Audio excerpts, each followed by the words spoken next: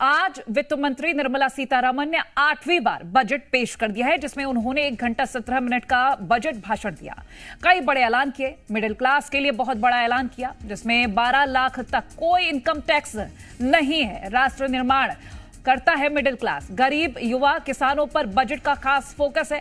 Make in India पर सरकार का जोर रहा है। इस बजट में एक्सपोर्ट बढ़ाने पर भी सरकार काम करेगी।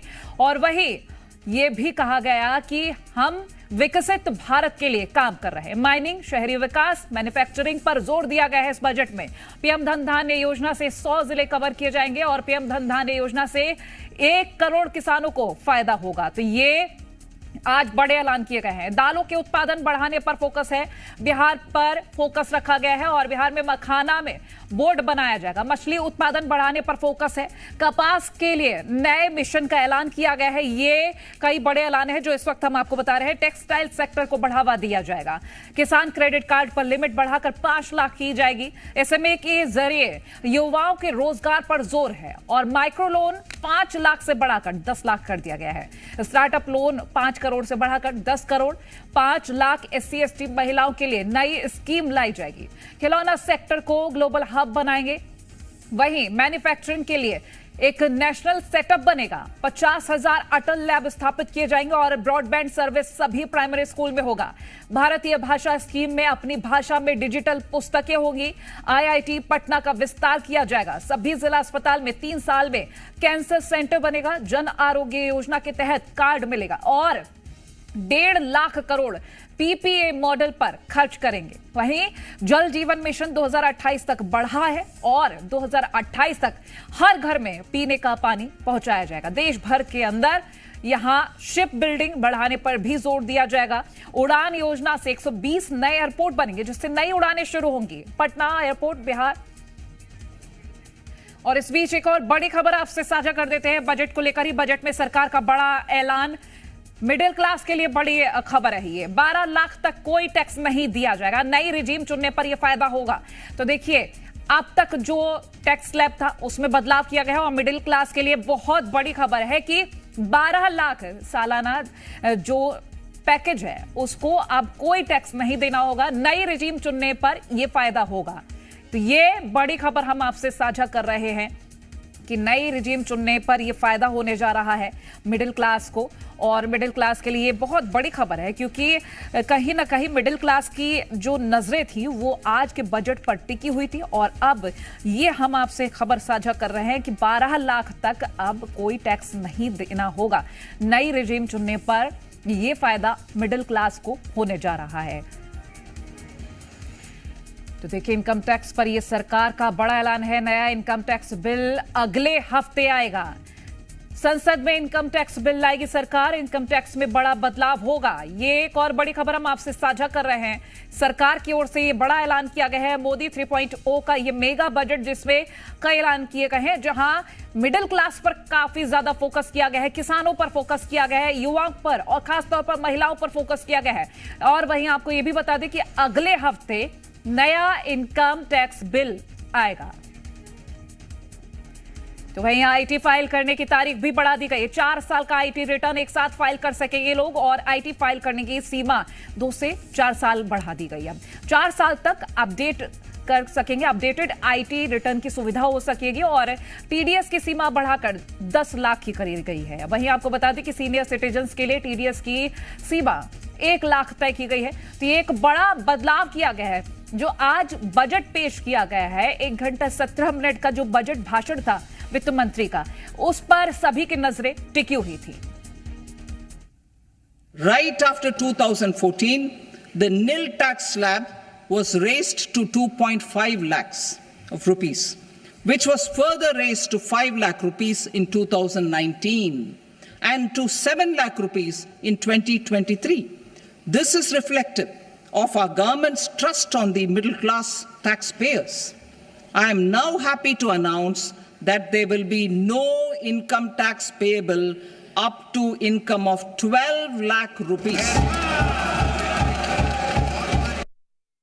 In the new tax regime, I propose to revise tax rate structures as follows: 0 to 4 lakh rupees nil, 4.8 lakh rupees to 4 to 8 lakh rupees 5%, 8 to 12 lakh rupees 10%, 12 to 16 lakh rupees 15%, 16 to 20 lakh rupees 20%, 20 to 24 lakh rupees 25%, and above 24 lakh rupees 30%.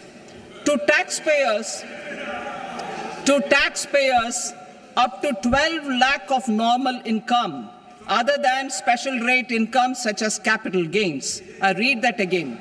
To taxpayers up to 12 lakh of income, other than special rate income such as capital gains, tax rebate is being provided in addition to the benefit due to slab rate reduction in such a manner that there is no tax payable by them.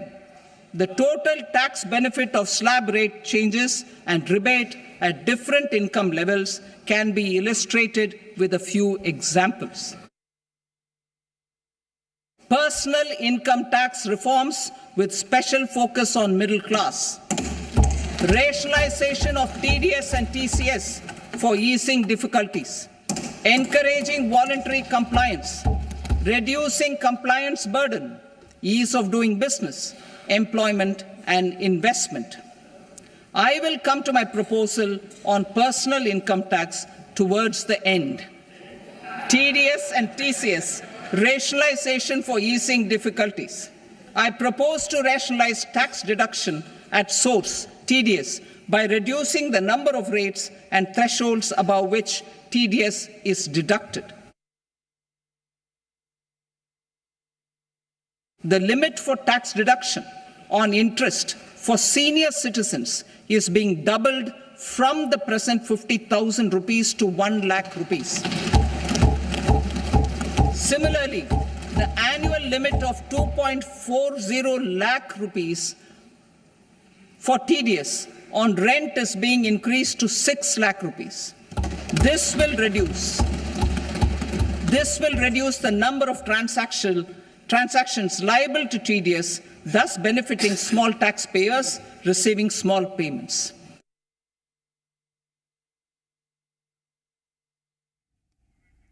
तो देखिए, आज ये जो budget पेश किया गया है, इससे लोगों को पहले से ही काफी उम्मीदें थी। हालांकि मिडिल क्लास को काफी राहत मिली है और इनकम टैक्स पर मिडिल क्लास को ये बड़ी राहत मिली है, क्योंकि जो 12 लाख तक के आए हैं उनको कोई टैक्स नहीं देना होगा। ये एक महत्वपूर्ण फैसला, महत्वपूर्ण ऐलान बजट भाषण के दौरान वित्त मंत्री के द्वारा किया गया है। और वहीं आपको ये बता दें कि नया इनकम टैक्स बिल अगले हफ्ते आएगा, क्योंकि लगातार हम अपडेट आपसे साझा कर रहे हैं और आज जो आम बजट पेश किया गया है उसको लेकर बहुत सारी उम्मीदें, खासतौर पर युवाओं को और जो सैलरीड क्लास है उन्हें, मिडिल क्लास को बहुत ज्यादा उम्मीदें थी और कहीं ना कहीं उनकी उम्मीदें थोड़ी बहुत पूरी होती नजर आई, क्योंकि जो इनकम टैक्स पर मिडिल क्लास को राहत दी गई है वो राहत बहुत बड़ी राहत एक साबित होती नजर आ रही है। फिलहाल तो आपको ये भी हम जानकारी लगातार साझा कर रहे थे कि क्या सस्ता हुआ है, क्या महंगा हुआ है, क्योंकि लगातार हर बार यही होता है। अक्सर हम बजट की बात तो करते हैं, लेकिन आम लोगों की जब हम बात करते हैं तो उन्हें खास तौर पर यह समझ ज्यादा आता है कि क्या सस्ता हुआ है, क्या महंगा हुआ है। तो वो हम आपको एक बार बताएंगे, लेकिन उससे पहले ये टैक्स स्लैब आपको दिखा रहे हैं कि क्या स्लैब है और कितना टैक्स किसको देना है। फिलहाल तो आपको बता दें 12 लाख आय तक कोई टैक्स नहीं देना है। सीनियर सिटीजन्स के लिए टीडीएस की सीमा 1 लाख तय की गई है और ये एक बहुत बड़ी बात है, लोगों के लिए एक सहूलियत है। फिलहाल तो ये टैक्स को लेकर हम आपसे, क्योंकि ज्यादातर लोगों की नजर टैक्स स्लैब पर थी, क्या महंगा क्या सस्ता। और वित्त मंत्री निर्मला सीतारमण जब बजट भाषण दे रही थी तो हर किसी की निगाहें टिकी हुई थी कि आखिर आज उनके लिए इस लाल पिटारे से क्या निकलने जा रहा है, क्या उनके लिए सहूलियत होगी। तो वो आपसे हम जानकारी साझा लगातार कर रहे थे और आगे भी करते रहेंगे। फिलहाल तो ये स्लैब हम आपको दिखा रहे हैं। नई रिजीम चुनने पर ये फायदा मिलेगा।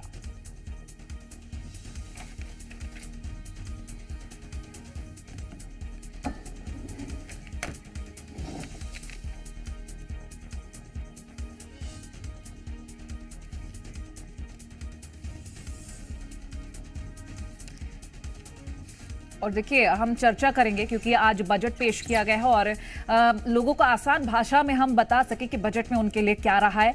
उसके लिए अर्थशास्त्री अजय देवनानी जी हमारे साथ जुड़ रहे हैं और बीजेपी से नेहा बग्गा जी जुड़ रहे हैं क्योंकि विपक्ष की ओर से कई सारे सवाल भी खड़े किए गए, उनके जवाब भी हम लेंगे।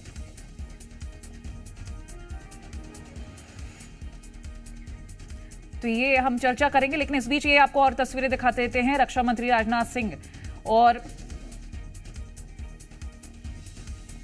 ये तस्वीरें इस वक्त आप देख रहे हैं, बजट पेश कर दिया गया है और अब देखिए असली मायनों में सवालों के सिलसिले शुरू होंगे।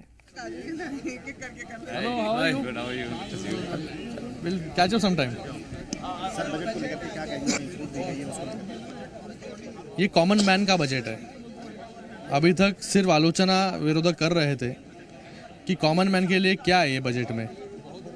आज कॉमन मैन के लिए पूरी तरीके से ये बजट दिया गया है। हर सेक्टर इसमें कवर किया गया है। किसान इसमें कवर किए गए हैं, स्टूडेंट्स इसके कवर किए गए हैं, हेल्थ केयर इसमें कवर किया गया है। मिडिल क्लास सबसे बड़ी राहत कि 12 लाख तक कोई भी टैक्स उन पर नहीं लगेगा। मुझे लगता है कि ये बहुत बड़ी पहल सरकार के ओर से है। मैं देश के प्रधानमंत्री नरेंद्र मोदी जी को और उसी तरीके से फाइनेंस मिनिस्टर जी को बहुत बहुत धन्यवाद अदा करता हूँ कि जो सबसे बड़ा घटक इस देश का मिडिल क्लास है उसको राहत देने का काम इस बजट के माध्यम से हुआ है। विपक्ष कह रहा है कि सिर्फ चुनावी राज का है बजट है, बिहार का विशेष फोकस किया गया है। अभी विरोध को ऑपोजिशन को कुछ बचा नहीं है बोलने के लिए। तो मुझे लगता है कि अभी जिस तरीके से सरकार परफॉर्म कर रही है, काम कर रही है, गए 10 साल में जिस तरीके से मोदी जी के नेतृत्व में इस केंद्र सरकार ने काम किया है, इसलिए तीसरी बार लोगों ने चुन के दिया। और जो मिडिल क्लास सबसे ज़्यादा डिपेंडेबल ऑन सरकार पर है, उनको बड़ी राहत देने का काम आज सरकार ने किया है। जो अपोजिशन ने सोचा भी नहीं था, वो मास्टर स्ट्रोक जो है सरकार ने लगाया है।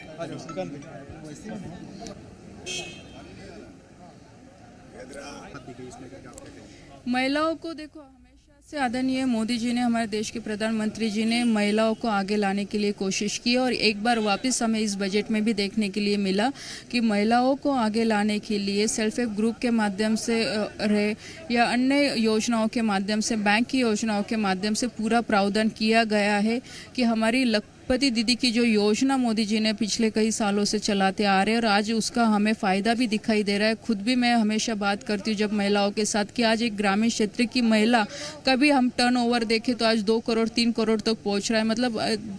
मतलब आप देख सकते हो कि ग्रामीण क्षेत्र की महिला आज खुद सेल्फ सफिशिएंट आज वो हो रही है, खुद सक्षम हो रही है और इस देश को विकसित करने के लिए उसके माध्यम से एक छोटे छोटे उद्योग के माध्यम से भी बहुत बड़ी अहम भूमिका हमें महिलाओं की देश की महिलाओं की देखने के लिए मिल रही है और इस बजट में भी हमें वो देखने के लिए मिला है।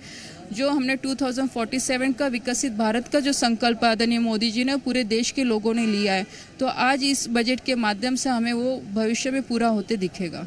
तो देखिए हमारे गेस्ट हमारे साथ जुड़े हुए हैं, नेहा बग्गा जी बीजेपी से और अर्थशास्त्री अजय देवनानी जी। बहुत स्वागत है आप दोनों का इस जीएमपीसीजी पर। पहले अजय जी मैं आपके पास आना चाहूंगी, चूंकि बजट से बहुत ज्यादा उम्मीदें लोगों को रहती हैं और आज जब वो 1 घंटे और 17 मिनट का बजट भाषण हुआ है तो हर कोई कान लगाकर सुन रहा था कि उनके लिए क्या खास रहेगा, खासतौर पर मिडिल क्लास। अब मैं आपसे जरा टैक्स स्लैब हमारे दर्शकों को समझाना चाहेंगे हम लोग कि किस तरह से वो इस टैक्स स्लैब को समझ सकते हैं और 12 लाख आय वालों को अब इनकम टैक्स नहीं देना होगा, ये एक राहत है। तो थोड़ा सा दर्शकों को आसान भाषा में समझाइएगा क्योंकि ज्यादातर यही समझ में आता है कि क्या सस्ता क्या महंगा।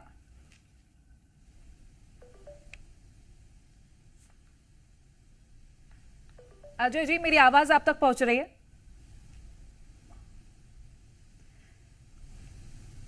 चलिए अजय जी से शायद हमारी आवाज कनेक्ट नहीं हो पा रही है। नेहा जी मेरी आवाज आप तक पहुंच रही है? जी मुझे आपकी आवाज आ रही है। जी नेहा जी, बड़ा ही आसान सा सवाल है क्योंकि जब बजट पेश होने जा रहा था तो विपक्ष ने बहुत सारे सवाल खड़े किए। अभी हालांकि विपक्ष की ओर से कोई ऐसी प्रतिक्रिया सामने नहीं आई है, लेकिन सरकार की ओर से ये जरूर कहा गया है कि अब विपक्ष निशब्द हो चुका है क्योंकि मिडिल क्लास को लेकर ही ज्यादातर विपक्ष हावी रहा है हमेशा। देखिए, 5 इंपॉर्टेंट पिलर्स का ये बजट है जिसमें इकोनॉमी, इंफ्रास्ट्रक्चर, टेक्नोलॉजी, डेमोग्राफी और डिमांड है।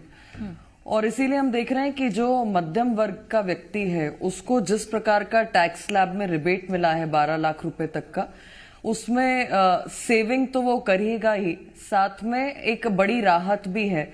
और ये एक स्लैब नहीं है बल्कि सभी स्लैब्स में जैसे जैसे वो हायर क्राइटेरिया में जाता है उसको एक राहत महसूस हुई है। और कंपेयर करके अगर हम यूपीए की सरकार से देखेंगे तो 2005 में 1 लाख रुपए तक का रिबेट था।